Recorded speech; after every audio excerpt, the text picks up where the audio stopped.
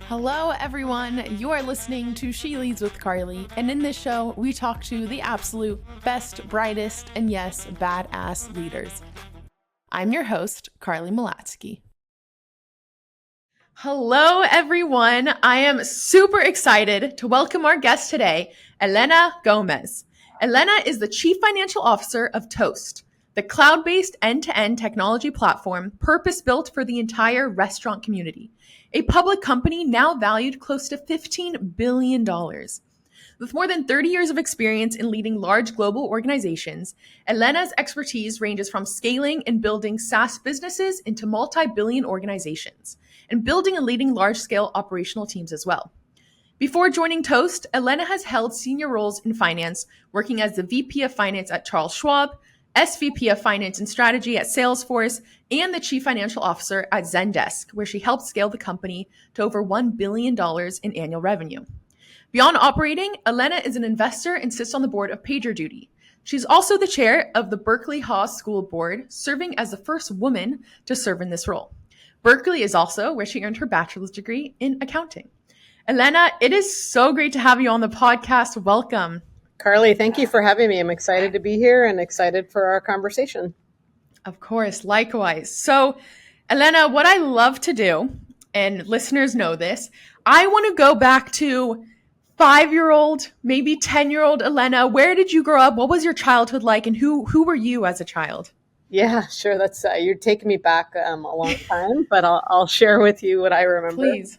I think first and foremost, definitely humble beginnings. And I just look back at the time growing up. We my parents are immigrant parents, so they came here in high school, and they had really a very clear North Star, which was all of their kids will go to college. That was just like cemented in as their goals. And so we kind of just understood that. I don't think we knew what that meant when we were 5 or 10.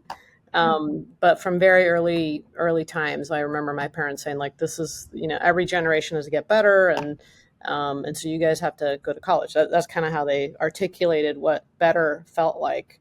So I have 2 older brothers. All 3 of us have graduated from college. One of my brothers is a local newscaster. And my other brother has gone on to be a consultant, and now I'm a CFO. So I think my parents, did okay in the end. And when I go back to that time, I think a few principles they set with us, all 3 of us carry with us. One is like work ethic. Yeah. 2 is, confidence, like be humble and confident at the same time, and work ethic, just like always working for your goals. And I think that has served me really well. And first, where are your parents? Where did they immigrate from? Where are they from? They're from El Salvador. Amazing. Yeah, so they met here in high school in San Francisco. Wow. And correct me if I'm wrong, but what my research tells me, right, is your dad was a truck driver and your mother was a bookkeeper. So That's right. That's right. Work ethic almost was like it was very easy to pass over just because seeing them work, 100%. All the time, it seemed like, right? Yeah. Oh, 100%. I think, if I look back on, my dad delivered milk to homes in San Francisco when milk was delivered every day to your home, fresh milk. And occasionally we'd go on the trucks with him, which I remember was a huge memory that if you ask my brothers if they were here, like, oh yeah, do you remember we used to be able to honk the horn on the truck? That was like the highlight of our week. And my mom, worked as a bookkeeper, and often we would actually go to work with her and wait in the car because we couldn't afford daycare. And so we waited in the car with no cell phones, but she'd bring coloring books and we'd entertain ourselves outside in the car while she was working. And it just a constant reminder of how hard they worked for us. So it's really nice now to be able to spoil them. Yeah, that's amazing. Yeah. And tell me, you mentioned the value of education. Did you love school? Were you the type of student that was excited about school? And what were your favorite subjects? Or was it more like, no, let me do some hobbies. I'm just going to do it because my parents value it. I have always been a student, and I was the kid that always loved school. Part of it was the social aspect of going to school and making friends. But I've always carried with me this intellectual curiosity of how things work. And I just could tell that my parents would have benefited from that. They didn't have the means to go to college and do all that, but I think I wish I could have, I almost wanted to do it because I knew that I could have a better life if I was, educated and I had this college degree. And so I kind of bought into that very early, knowing that I wanted to do better for them and like live up to what they wanted. And so I leaned into it, Yeah. meaning I focused on it. I focused on my grades. I had a little fun along the way too. But of course, schoolwork and making my parents proud was pretty important to me anyway. And so that's where I focused a lot of my energy. And my grandfather played a huge role in my life too. He was my nanny. And so Yeah. he was all about school too and making sure that we were progressing in our education. So there's a lot of influences around me that helped form this idea that if I went to college, I would have a much better life than my parents do or did. I love it. And perfect segue, because I know your grandfather had a really big influence on you, especially in the world of accounting and finance, Yes. and ultimately the career that you had. So please, like, tell that story of first counting his money and what that obviously led to. Yeah, sure. So my parents, as I said, were immigrants. And so when they started working, my grandfather, who was living in El Salvador, they asked him to move to the States to take care of me. I was born and they needed a nanny. And so he moved and he had a thriving accounting business in El Salvador. And so when he came here, he had to, in effect, start over, but he was a grandpa, so he was already in his 60s, right? And so he was taking care of me. And as I got a little older, he started asking me to count his money like every day, count my money. Here's my wallet. And, I would tag along with him to any business deals he had. And as I started getting older and he also obviously started getting older, he started to lose his sight. And so that he was so on top of his money that even as he was going blind, he would say, okay, honey, count my money. And he would catch me when I didn't do it right. And so he's like, oh, you're missing like $10. Like I have $110 or whatever.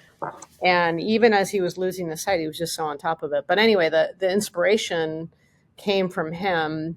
And part of what he would say is like, I want you to learn how to count money because one day I want you to be an accountant because then you'll always have a job. And it was really basic and simple. That message stuck with me. But those memories of counting his money, even as he got older and older and he ultimately became fully blind, was just memories I can't erase them from my head. They're so important to me. And so I hope he's looking down and saying, oh my gosh, she's not only an accountant, but she's a CFO. It's amazing. To hear that, it's incredible. And I have no doubt that he is. Yeah. And I'm so curious because you go to Berkeley, you get into an incredible university, right? You're doing everything right as what it seems from the outside. And then you ultimately choose to get a degree in accounting as well. Yep. I would love to know, was there a moment in time where there was maybe a disconnect between passion and, what I love to spend my time doing versus job security and having that true, this is what I should do? Was there ever a disconnect and almost like a moment of crisis of what do I do? Of course. Yeah. I think it was, so my early, with my grandfather's influence, I went to high school thinking I wanted to take accounting classes. I actually did well in high school to the point where the teacher asked me to be a TA for the class. And when I look back on that, I'm thinking now I have a high schooler, so I appreciate what that means. There's no way she would be a TA right now. And she would tell you that if she was on this call. I was like, Mom, there's no way I would do that for many reasons. Like it's not cool and all the things. But back then, this teacher asked me to be a TA, and it was because he saw something in me, which inspired me to continue on that path. And so I had all this, my grandfather's influence, my parents telling me, this teacher telling me, hey, you should be an accountant. But I wanted to make that choice myself. And so when I got to college at Cal, I thought, well, maybe I should try something different. Like maybe I should go to architecture school. And so I took one semester of, I think it was Architecture 101, alongside my women in history and basketball, because that was very interesting to me at the time. And I quickly realized taking architecture that it's it's not what I thought it was. Like I thought, well, maybe I'll design homes and that's going to be really fun. And I just didn't get that vibe from the class. And I thought, I'm not very good at this. So it was my one venture away from business, if you will. And then after I took that class, it sort of validated for me that my energy was really more towards business, not even just accounting, but just business broadly. Yeah. And so that was my venture away from accounting and from business, really, and finance. Yeah. It's so interesting, and almost the importance. It reminds me of the importance of having people like champions next to you saying, you're really good at this. And then it comes down to like, okay, does it come naturally? Do I want to do this? Am I excited about it? But I love that. I love hearing the little different influences that came into it as well. Yeah, no, and I think that's one thing I realized that as myself as a coach or a leader, one of the things I really think about a lot is, are there people that are either like just take my basketball team. Are there young girls on my basketball team who I can let them see what they don't see in terms of the possibility of what they can do? And if I can do that, I've done my job. Like I just need to turn them so they can see what's possible. And I think about that at work too. There's a lot of young women that I work with who maybe don't believe or think they're not good enough. And so being their champion in those moments when they have that vulnerability can go a long way. And someone did that for me. So I always think about that and how I can do that for any context that I'm in, really. Elena, that is the core purpose of this podcast. I am so with you. The power of exposure. I really believe it is so powerful. So no, thank you. Thank you for mentioning that, because I think that's great. So I want to now go early career. You graduate from Berkeley. I know you start at KPMG. So you continue down this route of finance, financial services, Charles Schwab. I actually just want to know, how were you thinking about your career? What were you optimizing for? Did you lean on people to navigate it, or how did you approach it? Yeah, it's a really good question. I was reflecting on that. And, if you just go back 30 years ago, I honestly was wondering if I was ready, like for the corporate world. I had this nervousness about me, maybe a little insecurity, if I'm being honest. And I had, honestly, I had a world-class education, no question. I had all the love and support from my family.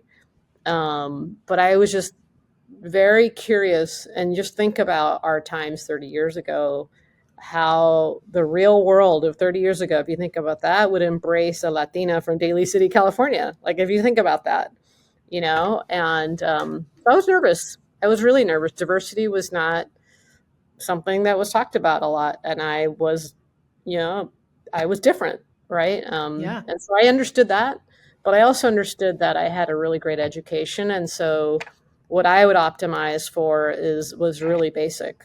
Learn a lot, respect your bosses, listen a lot, ask a lot of questions, and really optimize for gaining as much experience as I possibly can through networks, through relationship building, through my peers, through my boss, however I could learn it. That's what I was optimizing for. And I would probably say that carried with me. I'm still a student, honestly. I still have that mindset. But in the first 3 to 5 years of my career, that was like disproportionate to anything else I was doing. That's incredible. And it, like you said, even from the very first value of work ethic, it's almost like if your boss is successful, then I'm successful, like doing everything that you can and just soaking it all in. Absolutely.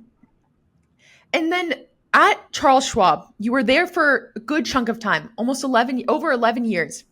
And it's very clear you started as director of finance and then you worked your way up the ladder. I'm always speaking of the imposter syndrome, right? Like it's very common. Some people hate the term. Some people very much appreciate it and understand it. I want to know your own experience. Did it take a lot of self-advocacy to get up those? Like, talk me a little bit through that whole journey, being now in a director, a managerial role. What did that transition look like for you? Yeah, it was my first, I always tell the story about Schwab. It really was a very relevant part of my career because it was the one company where I joined as a director, senior manager, I think very junior, I would say, and left as an executive because of all the experience I had. Yeah. And I think when I go back to that time, there's a few things that I felt really separated me from my peers. And one was my ability to connect dots. And I had high EQ. I've always had high EQ, so I could connect dots and even the subtle politics that happens in the workplace and how I could navigate through that and still get my job done.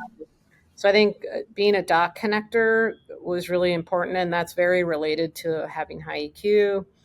And I Yeah. think the other thing was finding a path to yes, even when it was hard.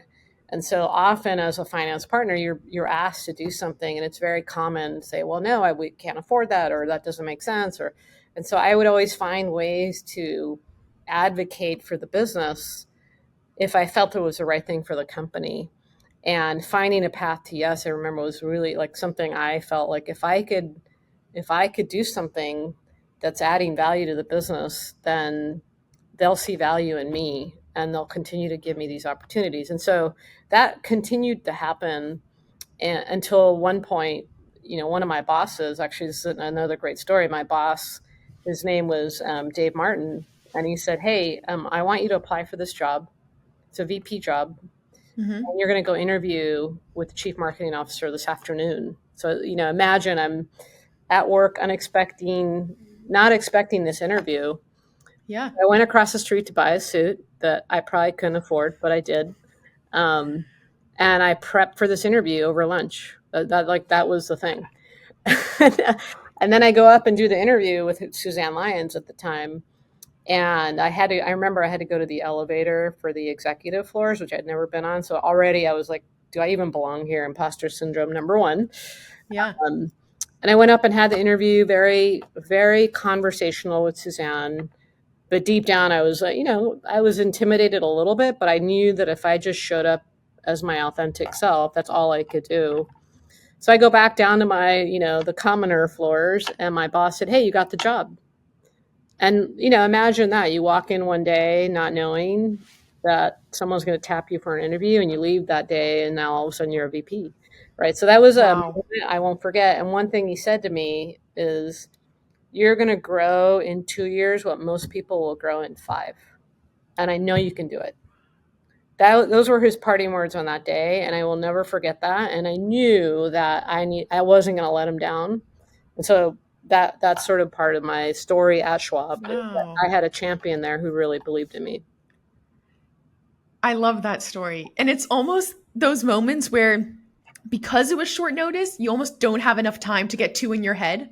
Like you just got to prepare and then it's happening. Like sometimes those are the best things. Yes. That's amazing. Yeah. And you mentioned in that story, you mentioned such a powerful piece of, at the end of the day, you always remained authentic to who you are.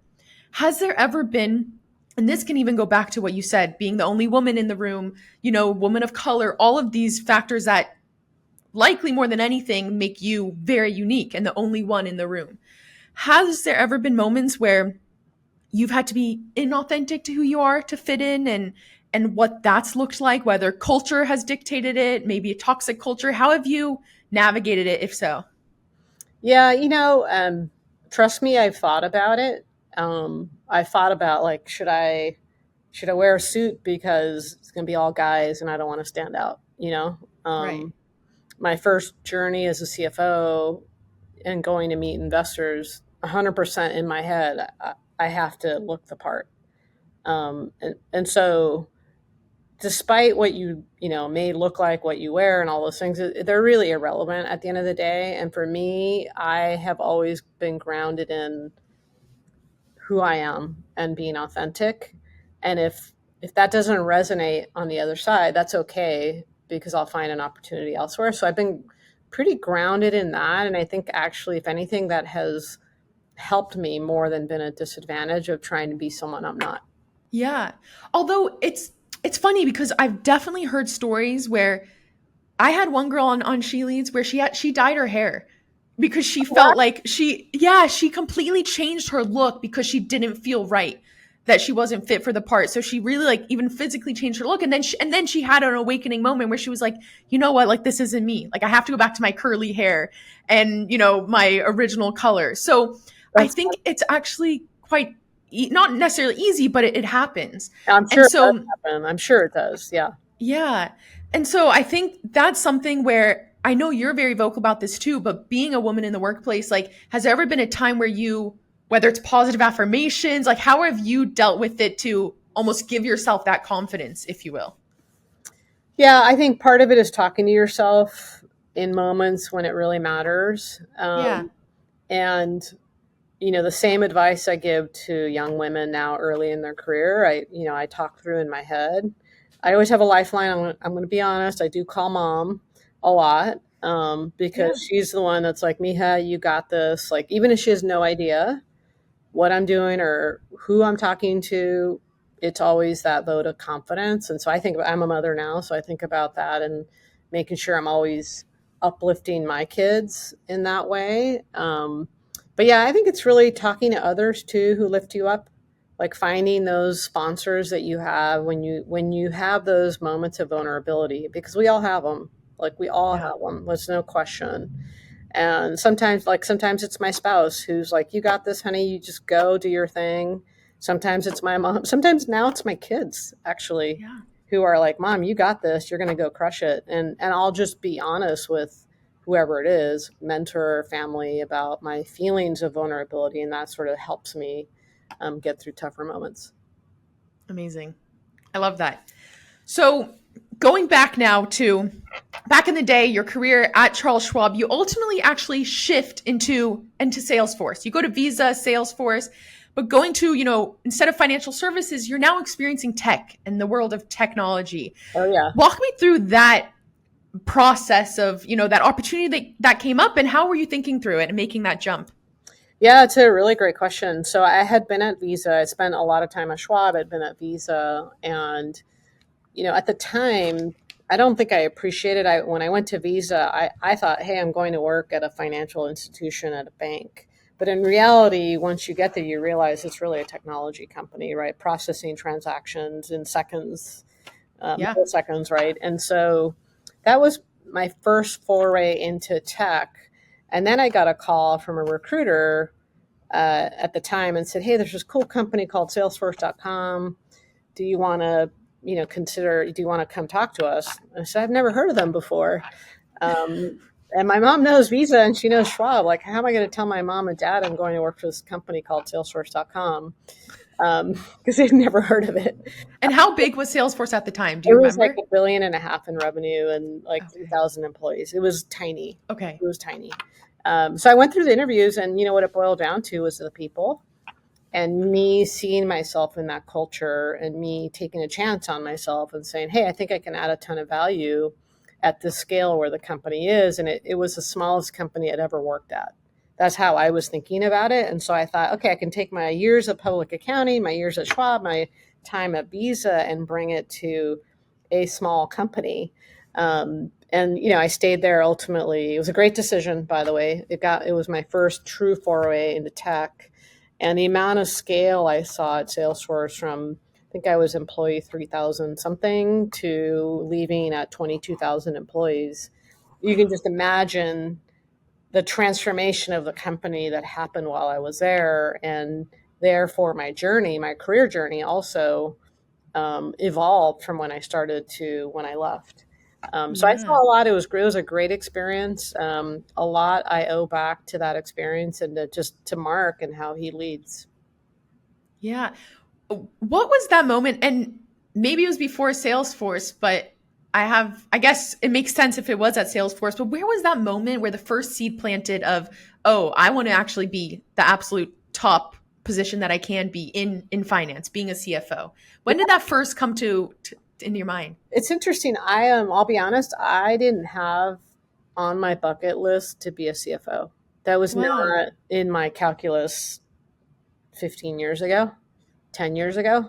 I think I've been a CFO now for almost 10 years. Um, but it showed up for me at Salesforce with, a good friend, Keith Block. He was someone that I was supporting. He ultimately became the co-CEO. And at one point he said, you should either go be a CFO or come work for me. I was working for the CFO at Salesforce. Okay. He just planted that seed, and I was working with him every day. Like we were working together to build this company, build international, build all the things, and go to market.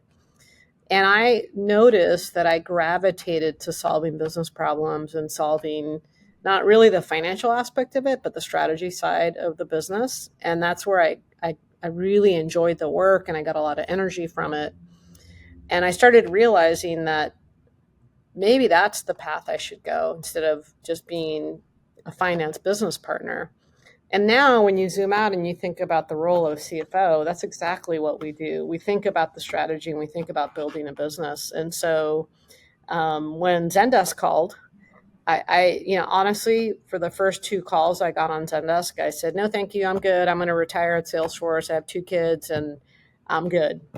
Wow. But by the time I got the third call, I think it was a friend who said, hey, I think you'd be really good at this job. I went to meet the CEO, Mikkel, who is also now a dear friend. And he said, hey, I'd love to talk to you. And ultimately, obviously, I made the decision to go to Zendesk. And it was a great learning experience again, all over again. A lot of scale, similar to Salesforce. A lot of the same patterns I saw at Salesforce started to play out at Zendesk as well. And so I view both of those experiences as really big growth journeys for me, both from personally and just professionally. And did you start at this moment in your career, did you start to almost loop other CFOs into your group and almost as friends, mentors, things like that? Were you starting to see what that persona looked like, or was it actually still very far and you didn't know, it was still a leap in a sense? Yeah, I mean, look, I took the job. In fact, so to answer your question, yes, I built a network almost immediately. Okay. And the prior CFO helped me do that. And then I built upon that. But I think one of the biggest hurdles that I had to overcome is I had never had that job before. And Yeah. so, imposter syndrome 101, like you got to believe you can do the job. You got the job, you got to believe you can do the job. And if I were to go back to myself, 3 days, the night before I show up, the first day of my job, the next day, like the night before I showed up, I was having that moment of like, can I do this job? I hope they like me when I show up, all the things that we all think about in your first job. And it was within a few days, I realized I can do this job. It didn't take very long, but it just, you had to get through that first initial few days. And I remember the CEO asking me, and actually everyone in the interview saying, like, why do you think you can do this job if you've never been a CFO before? And they didn't ask it that directly, but ultimately that was the question they were asking. And what I told them was, if you're a good leader, just like you are a coach on a basketball team or a manager of a baseball team, it's very likely you've played one of the positions before. You've pitched, Hmm. maybe you played first base, maybe you played shortstop, but you probably haven't played all the positions.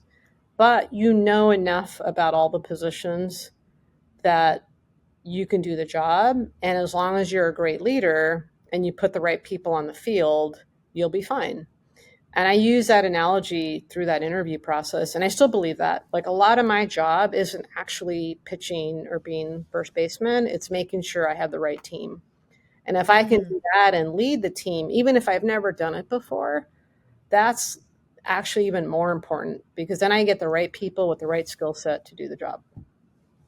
I love that analogy and I'm going to start using that, especially coming from a sports background as well. Like I can understand that. So I love that. And it reminds me as well of work with startups. I see a lot of early stage startups, and so more than anything, you're the jack of all trades. You're wearing many hats and you're Totally. adjacent to all these different roles. So it's very applicable. And Absolutely. you mentioned earlier that naturally you have a really high EQ. How much did that lend itself to joining Zendesk, CFO, knowing that you hadn't done it before? How important was it to like connect to this brand new team that, are reporting to you, if you will? Yeah, it was incredibly important. In fact, I knew that I had to earn their trust. It wasn't like I just walked in and immediately they just trust you because of your title. And I actually wouldn't want that. I would want to earn their trust. And so I just began I had a 90-day plan. Like this is what I want to accomplish in 90 days. I shared a lot about who I was as a person to the team. I was nervous, I'll be honest. I was really nervous. Like, are they going to like me? Are they going to trust me? How can I make these connections early on? And so I spent time building very early on. I spent a lot of time building relationships with my entire team. I went 2 or 3 clicks down to very deep in the organization. I didn't just stick to my direct report team. I went all the way down to the org. I had a lot of lunch and learns. I would go to coffee with whoever would go to coffee with me. And I did it not only with my own team, but obviously across the company. So I was spending a lot of time with the head of sales and a lot of time with the head of product and their teams, also while building trust with my own finance team. And so I would say I was disproportionately spending time building relationships early and learning the business that ultimately made me way more effective at my job, 3, 6, 9 months later, 5 years later. Yeah. And from their perspective too, for them, it's so valuable because they feel special, right? They feel that they have a say, that they know who they're talking to rather than this transactional, interaction, if you will, that often happens in big companies. So I think that's probably so valuable to implement Yeah, in a that's way. actually advice. It's a really good that you clued into that. That's advice I often give my finance business partners is you don't want to just show up when you actually need something where there's a transaction that you need, like, hey, I need you to tell me how many headcount you need. You want to build this rapport so that it's conversational and you have this relationship where it's much bigger and broader than the tactical thing you need from them. It's more about, hey, how do we build this business? What country should we expand in next? That's the kind of conversation you want to have. And you can Yeah. only do that if you've built that foundational relationship. And it's so interesting, even you mentioning that. In my understanding, once you get to these big companies, oftentimes finance, that the CFO, they're working very closely with the CEO and the C-suite execs and making sure strategy, everything is aligned, budget, whatnot. Whereas almost below, you have product, sales, engineering. In a way, they don't have to touch finance. So walk me through almost like that importance of diving into maybe that side of it and misconceptions that people have of how those kind of bridge together. Yeah, I actually think finance is relevant for anyone in the organization. Like, I feel strongly about that at any Yeah. level. And in fact, even in my own company, I'm always on a mission to increase the financial literacy of anyone at the company because ultimately, if you just simplify like a model of a company, just very simply, either you make product, you sell product, or you support one of those two things, like at the highest level. Right. So if that's true, then as a CFO and a finance team, or really a business partner team or business team, a C-suite team, you're really thinking about how do I deploy investment across those two dimensions and actually the back office too. And that tension and that trade-off is where finance can really play a role. And so you could be, product manager for, product X, and that product is going to go to market and you need investment to go behind it, et cetera. That's really a strategic conversation, but ultimately it does need investment somewhere. And so that's just an example, but I can probably Yeah. rattle off 25 examples of where in the end, everything that's done at a company all leads back to financials in some shape or form. Like, hey, we're going to launch a product. We're going to add more engineers. We're going to invest in this partnership. We're going to invest in a new country. We're expanding our, network. All the things really ultimately come back to an investment choice. And Yeah. so I think finance can play a really critical and central role in being sort of the glue across the company because they see the whole company. So that's how I think about it. I'm a little biased because I'm in finance, but that's how I. No, that's great. And it's also super informative too, even just like give that visual of how it sits on top and in between, Yep. if you will. So I appreciate that. And you're at Toast today. I mentioned in the intro. Tell me a little bit about what ultimately led you to Toast. It's a public, almost like I said, $15 billion company. It's incredible. Tell me a little bit about that process. You were at Zendesk for around 5 years. What made you say, okay, you know what? I think I'm ready for this next thing. Yeah, it's a great question. So I was going to actually take time off. I tell people this all the time. I was going to take time off between my CFO Zendesk gig. I was tired. I was been working a lot. I said I'm going to take some time off. And then I got a call from my good friend who is on the board of Toast and said, "Hey, you should check out this company." And I said, I'm actually going to take the summer off, but I'll check them out, maybe in the fall. And he goes, "Well, they're going public in September and they're based in Boston." I'm like, "Well, I'm not moving to Boston." He goes, "Okay, it's okay. You can live anywhere." And so anyway, all that to say, I took a quick call with the CEO. And when I really understood the mission of Toast, which is to help restaurant operators, do what they love, which is really hospitality, and then thrive, meaning make their restaurant really effective and drive success in their business. I was like, that's pretty special, right? If you just think about the people behind every restaurant, sometimes it's families and this is their livelihood. We've all seen restaurants Hmm. where you walk in and it's like a mom and dad and two kids in the back, and this is their livelihood. And so I thought, wow, if I could work for a company that's mission driven, trying to help small business owners, like how cool would that be? So that was one decision point. The second decision point was just looking around the table at the management team and feeling like I could contribute and I could work with them every day and get the scars that we all get working together. So Yeah. that was another really important selling point. And then this idea that the opportunity to reimagine the restaurant industry and be in many ways like the central nervous system of every restaurant in the world, like that really got me. And so we're building a big business, and we want to build a generational company, and I'm just loving being a part of it. Yeah, that is such a good way of putting it. The central nervous system of every restaurant. Like that totally gives me now a visual of what Toast is. And I want to know, like I said, public company, huge market cap. What does that look like as a CFO? Tell me a little bit about your day to day. What are your focus? What do you focus on? Things like that. Yeah, I mean, it's really so my day to day, like any probably CFO, is like back to back meetings every day for the next 6 months. If you ask my EA, but if you were to really like say how do I spend my time, one is building and growing a business and thinking about how do we allocate every dollar we have to the highest ROI investment choices we have to make. So that's like pie chart. Probably a third of my time is spent just on growing this business and what does this business look like over the next 5 to 10 years. We have big ambition, right? So building a company that's a generational company requires a lot of planning and thoughtfulness around the long range plan. And then the other part of my time is really around people and really focusing and developing my team and leaving a legacy behind one day when I leave. Like, what is my impact on the org going to be? And I think the way I can have an impact is through development of people and making sure, as long as they're on my team, they're doing the best work of their career. Like, I spent a lot of time thinking about, have I really done that?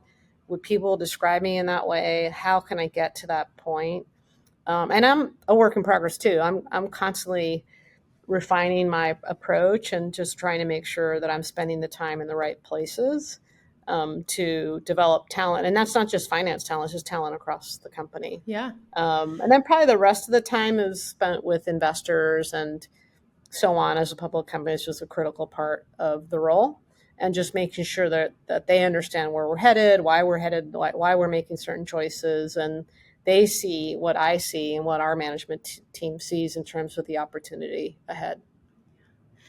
And to be a, badass CFO, a CFO that is doing, that is doing really well, what superpowers do you think they need to have? And almost beyond that, like, what do you think comes naturally and should come naturally versus ones that, like, oh, anyone could really learn over time, but they can learn to be a really great CFO? Yeah, I mean, I think it's a good question. Like, I think about that a lot, but I think it Yeah. comes back to you have to be able to tell a story and articulate a strategy. It's not just about the numbers, but it's the story behind the numbers and the narrative behind the numbers. And so that you have to master that. you don't have to have it maybe, early in your finance career, but if you have ambition to be a CFO or frankly anyone on the executive team, you have to hone the skill of taking the financials and articulating a story and a strategy about your company. Like full stop, not negotiable.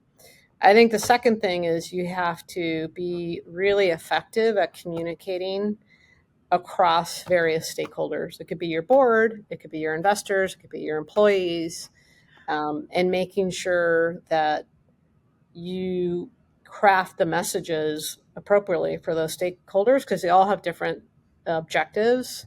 But there's also a lot of common objectives, but there's also, what I might tell my board, I might approach differently with my employees, for example.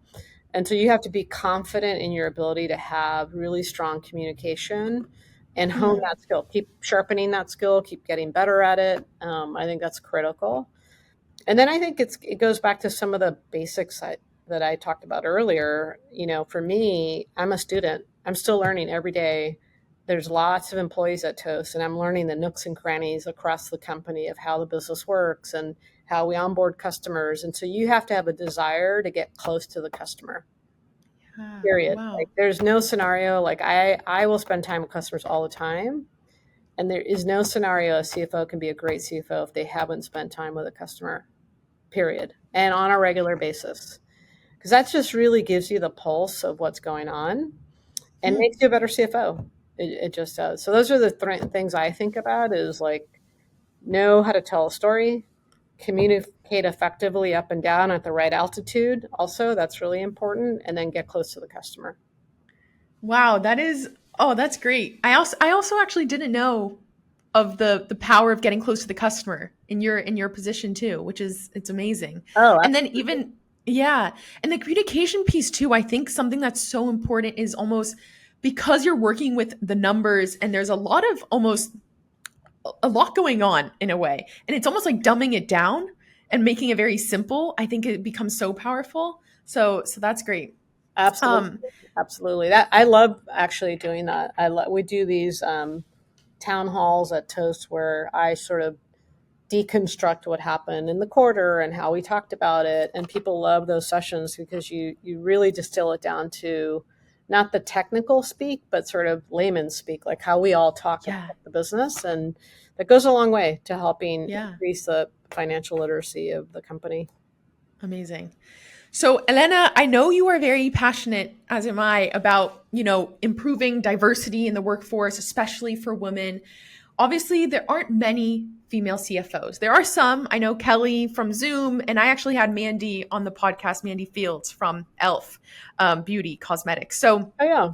I want to know though, what do you think needs to happen? What advice would you give women who maybe are even starting their career, choosing a degree in college, who don't think they're capable enough or they should go down this route or what it looks like? What would you tell them? Yeah, I mean, I think one, someone early in their career, don't ever let gender be the reason you don't see what's possible ever. Yeah. Like that just we can't enable and embolden that feeling in our community. So that's number one. I think for those of us who have been in the workplace, even if you've only Yeah. been in the workplace 3 years, 5 years, 10, you don't have to be in the workplace like me, 30 years, just 10 years, 5 years. Find someone to advocate for on their behalf who maybe doesn't have this opportunity. Like lean into that because you have a platform to do that. And so I think any way that you can be inclusive of a community that is maybe not represented, regardless of your role, regardless of how long you've been in the workplace, is really important because it's like one person at a time type of mentality. It's you don't it Hmm. doesn't always have to be this big production. It could be as simple as, hey, Juan, I see like you're on this committee. Why don't you join me in this meeting? Like it can be that simple. And for Juan, you've just made a difference in their career. And so I think that's the second thing. And then to the extent you can participate in employee resource groups, ERGs that we all know about. I sponsor the Mi Gente ERG at Toast. At Zendesk, it was Mosaic. And I lean into that too because I want people to know I care and I understand what their journey is. And so that goes a long way as well. And then Yeah. finally, I would just say it starts in school. It starts in making sure that our high schools and colleges are really increasing, participants from underrepresented communities. That's why I'm on the Haas board, to really help with diversity there. And so I think there's multiple avenues to help with diversity, and every small little bit helps. Yeah. I also love how you mentioned like helping someone else, right? I think it's so easy to make it a very insular process of like I got to do this, I got to find a way, or I am struggling. But one person can actually play, multiple roles. They can help someone younger than them, but while also, figuring out who their champion is and making a difference. So I think that's great. Okay, Elena, before I actually go to the fun questions that I typically ask, I want to know, you're a mother of two daughters, is that Two correct? daughters, yep. Two daughters, CFO of Toast. I know the phrase work-life balance isn't a thing. I know there's never a balance, but tell me a little bit how that's been for you. Also becoming, being a mom to teenagers. Like, what does that look like for you? And how have like those sacrifices that I'm sure you've had to make, how has that been for you mentally even? Yeah, it's a great question. Well, first of all, I just downloaded Snapchat a few weeks ago. I'm learning my Snapchat. My kids are like, "Mom, Doing everything right. you ruined our streak." I'm like, I don't even know what that means, but okay. Um, but but I actually think it goes back to really basic, for me, very basic principles. First of all, I've had to work at work-life balance. I've not always mastered it, so I won't pretend like I've mastered it.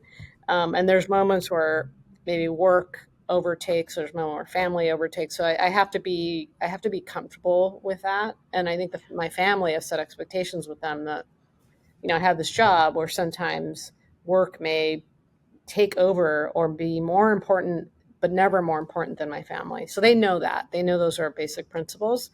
But I always go back to, in the workplace and at home, you have to know that what your glass balls are, right? So there's always balls up in the air. And I think I've told you this, or maybe I've told someone else, but Yeah. always rubber balls in the I love this framework. I think it's air. excellent.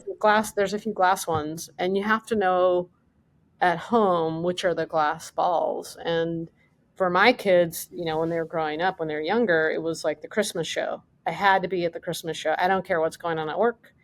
I had to be at the first day of kindergarten. Like these are moments that I was not going to miss. And so as long as you articulate those sort of guardrails to the people you're working with, you'd be surprised at how much respect you get for leaning into those. And I encourage young women to lean into those who are raising young children, and just making sure that they feel balanced. Because I know for me, if I'm balanced at home, I'm a much better version of myself at work too. So that's how Totally. I've managed it. It's not always perfect. I've missed a show or two here and there, or moments. But my kids are also my biggest fans, and so they are. They help me when I feel like I failed. They're like, "Mom, you're the best!" Like, or you're there when it matters, Mom. And so I know I get that positive feedback, which helps. Amazing. Amazing. I love the glass balls versus rubber balls. I think that's such a great framework to use in life. It's such a good reminder. Okay, Elena, what is something you're passionate about or obsessed about that others are rarely talking about these days? What's a passion of yours? Yeah, so I'm a basketball coach. I've coached my daughter's teams for, I want to say now, 8 years, and probably coached 10 different teams. And so now with women's basketball becoming so prominent, like I am obsessed with watching all games, any women's basketball game. I rattle off, stats to my husband, to my kids. I just love it. I just love the fact that women are finally getting the stage. I love basketball too, so I just love the strategy in the sport. But it's Yeah, of also course. the fact that the Olympics are here, and the women's basketball team's going to the Olympics, and just in general, I think what we've seen in women's basketball has elevated women's sports, even that are not just basketball, but women's sports in general. And so I'm a little obsessed with how we keep that momentum going. I don't know what I can do, but I am actively trying to read and do anything I can to just educate myself. Yeah, It's fun. absolutely. And I agree. It is such an exciting time. I think it not only now there's more investments going towards it, and it's very exciting in that regard, but in general, just now finally the talent is being shown, it's being seen I because know. it's always been there, but now it's actually like it has that platform and whatnot. And everything that comes with it, the rivalries that I'm so with you. I All love of it. it. All of it. I may be biased to soccer, but that's okay. Yeah. I can totally understand it. Yeah. You'll have to teach Um, my daughter soccer because she's been playing soccer. I just made her a little competitive team. So she's pretty, oh, you that's know what so that fun. means. She's so proud of making that team. That's incredible. Happy for her. But part of the reason I'm obsessed too is I have two daughters at home who both Yeah. are athletes. And so for them, it's like something I care deeply about. I love that. Okay, my last question for you is what craft are you spending a lifetime honing? Ooh, that's a good one. Probably you're not you may not like this answer, but um, going to restaurants and enjoying myself and Yeah. not. It sounds silly, but when I go to a restaurant, partly because I'm at Toast and I want to go to every restaurant and see what's going on, but part of it is just enjoying the moment with my family. And it's hard when you're a CFO to unplug. And so I am actively working on unplugging at any time. And sometimes that shows up in, hey, going to dinner with my family and making sure I'm present for them. And what does that look like for you? Is the first step just putting away your phone? Like what does that really look Yeah, like tangibly? it is. It's putting away the phone, making sure the whole family puts away the phone. And then Yeah. we do rosebud and thorn to Oh, always start every meal. And you get a lot from just there. And then like just kind of goes, you can continue to go from there. But that's a good way for us as a family to that's amazing. I love it. Elena, it has been such a pleasure. I know you reflect on your story and it seems easy to you because you did it and it was you, but just from my perspective, hearing it obviously first time, like it's actually incredible to hear your story, where you came from, where you grew up, and now, the model that you're leading for your two daughters at least, and many, many more. But I think it's absolutely inspirational. So Oh, thank you for sharing that. yeah, thank you. Very kind words. Thank you for having me.